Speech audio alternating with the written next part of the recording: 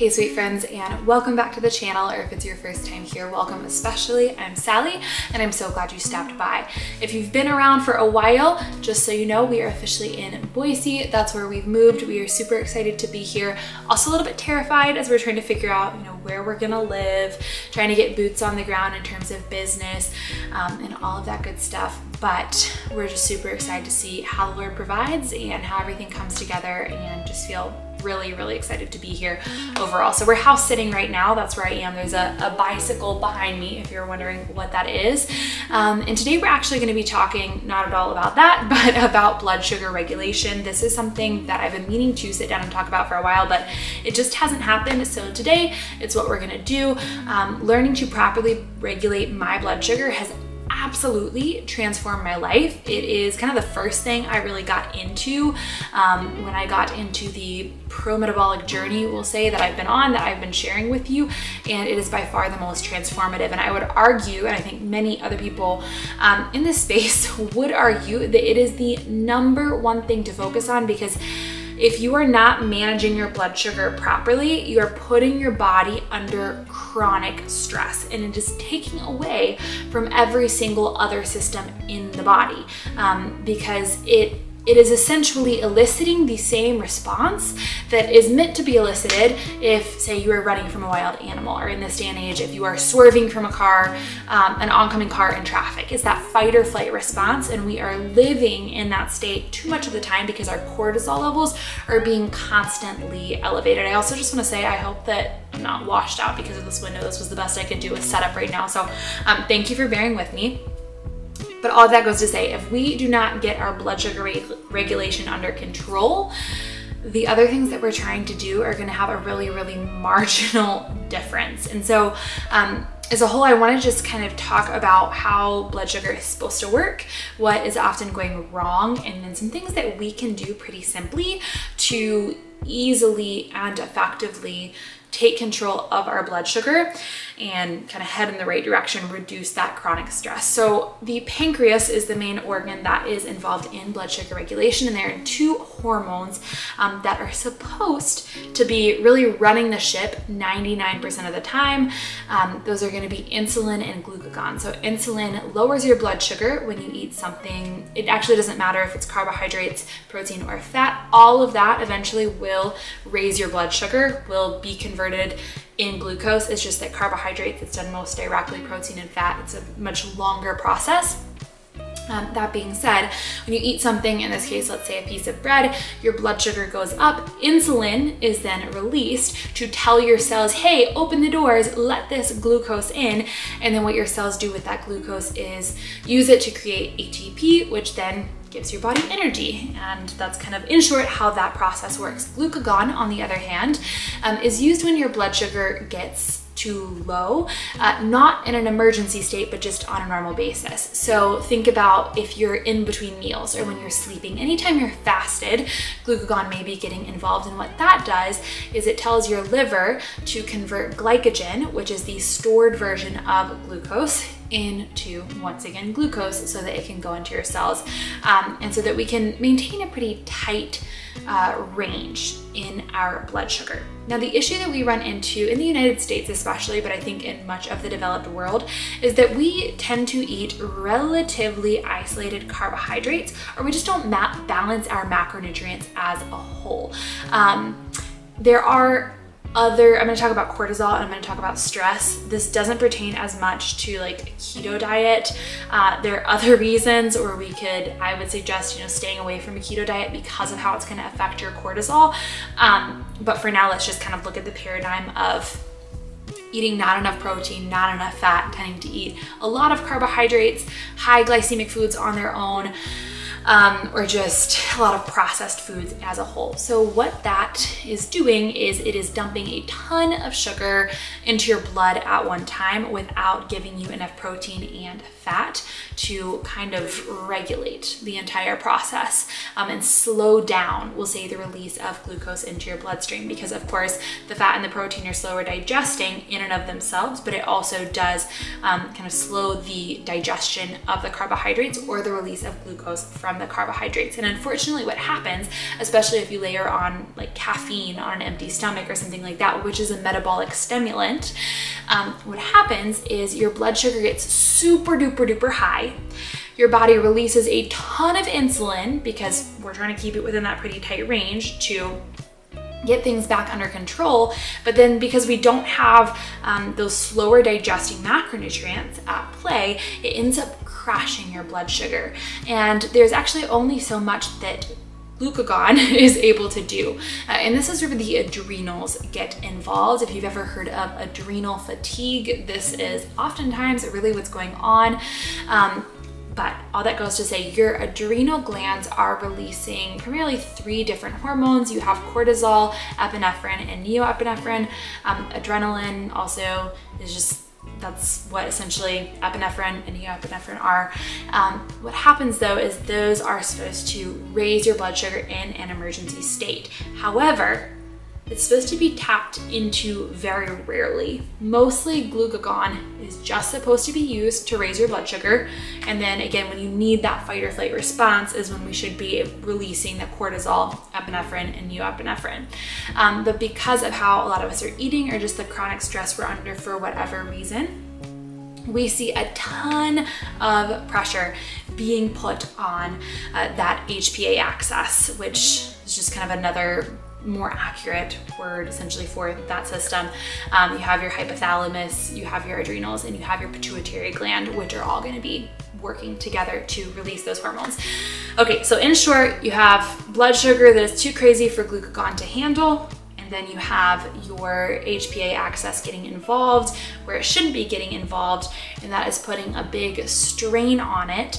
And chronic stress on the adrenals is going to usually result in, will result in chronic cortisol output. And that chronic cortisol output is what leads to chronic stress. And when you are chronically stressed, that takes precedence over everything. And it makes sense because again, think about a survival situation. Like you need to be sharp, you need to be ready. And also like, it's not time to have a baby. It's not a good time to really do anything except for respond to the system at hand. And so for that reason, your fertility suffers, your immunity suffers. You'll see this really is connected with the thyroid and your thyroid hormones.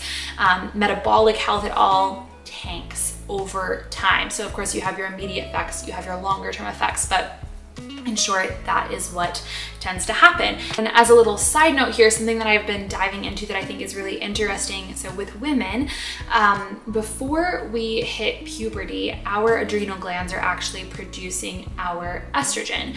But after puberty, in between puberty and menopause, it shifts to the ovaries. So the ovaries are producing our estrogen, and then after we are in that mid-range and we hit menopause, there's a transition back to the adrenals where they are supposed to be, once again, releasing estrogen, creating estrogen for your body.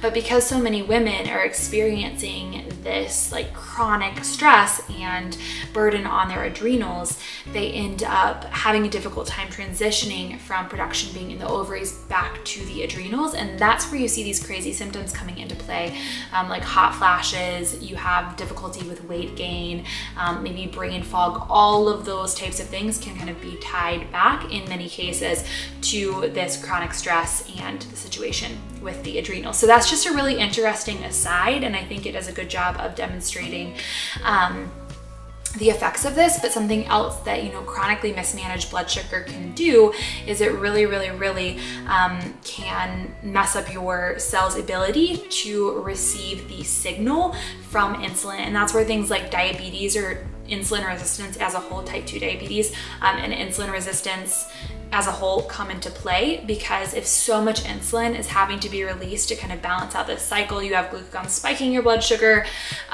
you're spiking your blood sugar with a carby snack, here it's crashing, it's spiking, that's just what is often happening. If that is going on much of the time, your cells are just going to become less sensitive to the signal that insulin is sending them to open up. And when you have insulin resistance, you have that's a marker for tons of other disease and inflammation. And so anyways, proper blood sugar regulation can help you avoid a ton of nasty things that can happen. So, okay, rambly per usual, but hopefully that's helpful. Hopefully that's going to give you a good idea of why we want to avoid this and how it is so closely tied to stress. And I guess the last thing I will say is that when you are stressed out on this level, it is so much harder for you to respond to any other stress. It's just you're a more volatile person, you have less resilience, and everything is just taking much more of a burden on you. So in really prioritizing proper blood sugar regulation, you can improve your ability to respond to other stressors in just everyday life. But what can we do to stay on top of our blood sugar regulation? The biggest thing is going to be balancing our macronutrients. Now these numbers are going to depend on the person, but for women, I recommend starting with at least 100 grams of protein per day. That's something that I have talked about a lot in the past for myself. I eat 1 gram at least of protein per pound of body weight. At least that is my goal. So I weigh just under 150 right now. So I'm eating like between 140 and 150 grams of protein a day. When I'm on top of it, I am certainly not perfect. And I recommend that you just kind of figure out what your weight is and that's a good place to start. If you've been eating really low protein, you may kind of work your way up to it, but this is also going to help manage, your satiety cues. It will improve your digestion. It really touches every area of your health. But simply when it comes to macronutrients, we want to eat enough protein to help balance the release of glucose in your bloodstream and prevent super high spikes and super low crashes. Expanding on that though, we want to make sure that we're pairing our protein with every snack that we have or meal that we have, especially if it's carb heavy. Fat is more, sustainable on its own, but of course we want to group them together so that we have the optimal response. Okay, that's enough of that. But all of that goes to say, I often recommend having at least 10 to 15 grams of protein per snack, and then per meal trying to have at least 30 grams of protein per meal. That might look a little different depending on the individual, but making sure you always have a protein source, a carbohydrate source, and a fat source. But oftentimes when we're eating whole foods, your fat source and your protein source are going to come together. And so we can just think protein and carbohydrates and we're generally going to be set. But with that, we should not be afraid of, cooking in fats, choosing fattier cuts of meat, because fat is like the log that you're putting on the fire. It's the slowest burning, and it is going to really help to sustain us and balance out blood sugar as a whole. So the second tip, and I know you guys, many of you have probably heard this before, but the second tip is going to be to eat breakfast within the first hour. I like to try for about within the first 30 minutes, but we'll say within the first hour of waking up. So when we wake up, our cortisol levels are naturally at their highest. That is how it is supposed to be. That's what gets you out of bed in the morning. But we don't want them to just go crazy and go through the roof. I know people are going to come at me because they're going to say there's benefit to fasting. Okay, well, we fast when we sleep, and we can, determine how early before bedtime we stop eating if that's like more of a concern. But as a whole, you're fasting when you're sleeping, and if you're getting enough sleep, your body is reaping the benefits of that fast, so to say. But if we eat within the first 30 minutes to hour of waking up, that is going to help prevent cortisol levels from skyrocketing throughout the day. And of course, those skyrocketing cortisol levels are going to make blood sugar regulation a lot more difficult. So when we get on top of it right off the bat, it's going to be a lot easier to maintain throughout the rest of the day. And I do have a video on like early morning meal ideas for when you don't have an appetite that I can link below. I highly suggest you check it out because I know a lot of people are not hungry when they wake up, or they feel sick when they wake up, and that can actually be a sign of a metabolism that is struggling, or of poor blood sugar regulation. So if we can get on top of that, you're often going to see a lot of improvement over time. And then the third thing is going to be not to have coffee on an empty stomach.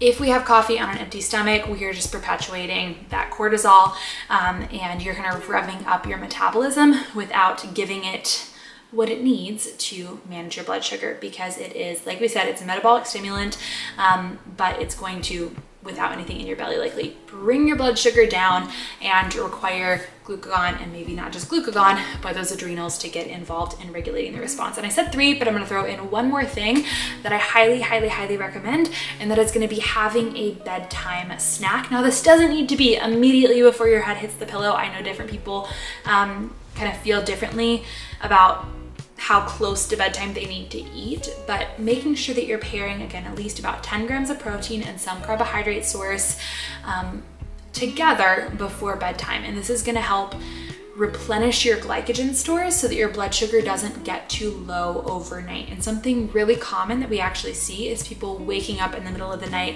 having to pee, but when they start regulating their blood sugar and having that bedtime snack and doing better throughout the day, they stop actually waking up having to pee. And it's not ever about having to use the bathroom. It is, or rarely is it about having to use the bathroom. It's really about blood sugar regulation. Now, one thing on that is you don't want to go overboard with the protein right before bed, because it is harder to digest. It generates a lot of heat in the body to digest.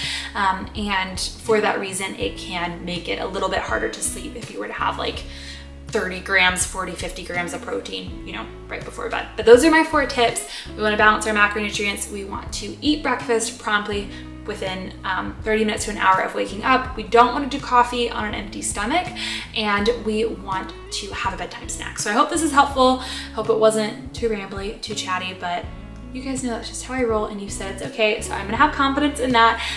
But please let me know down in the comments if you have any questions, comments, concerns. It would mean a ton if you would subscribe. I appreciate you. Until next time, bye y'all.